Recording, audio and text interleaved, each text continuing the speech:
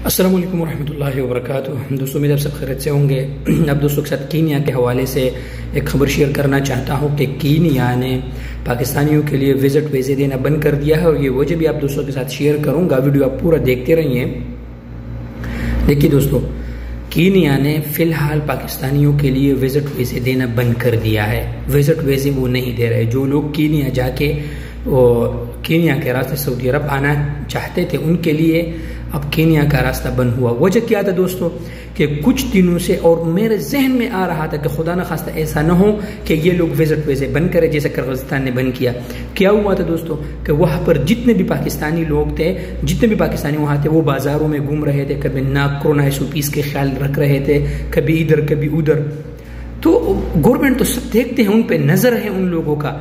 तो उन्होंने जवाबन क्या किया कि पाकिस्तान के लिए उन्होंने विजिट वीज़े देना बंद कर दिया है। इस खबर के फिलहाल तस्दीक नहीं हो सकी है कि वहाँ पाकिस्तानियों को गिरफ्तार किया है, वल्लाहु आलम, इसका तो मुझे कंफर्म नहीं है। लेकिन विजिट वीज़े फिलहाल उन लोगों ने बंद कर दिया है।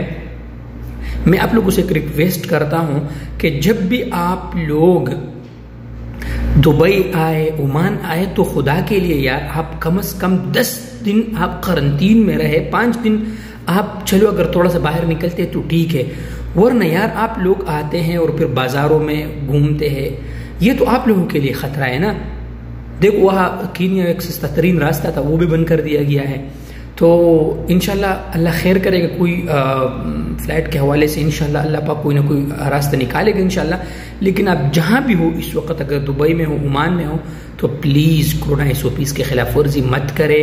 वहाँ जहाँ पर आपका क्वारंटीन है वहीं पर रहे, बाहर मत निकले यार।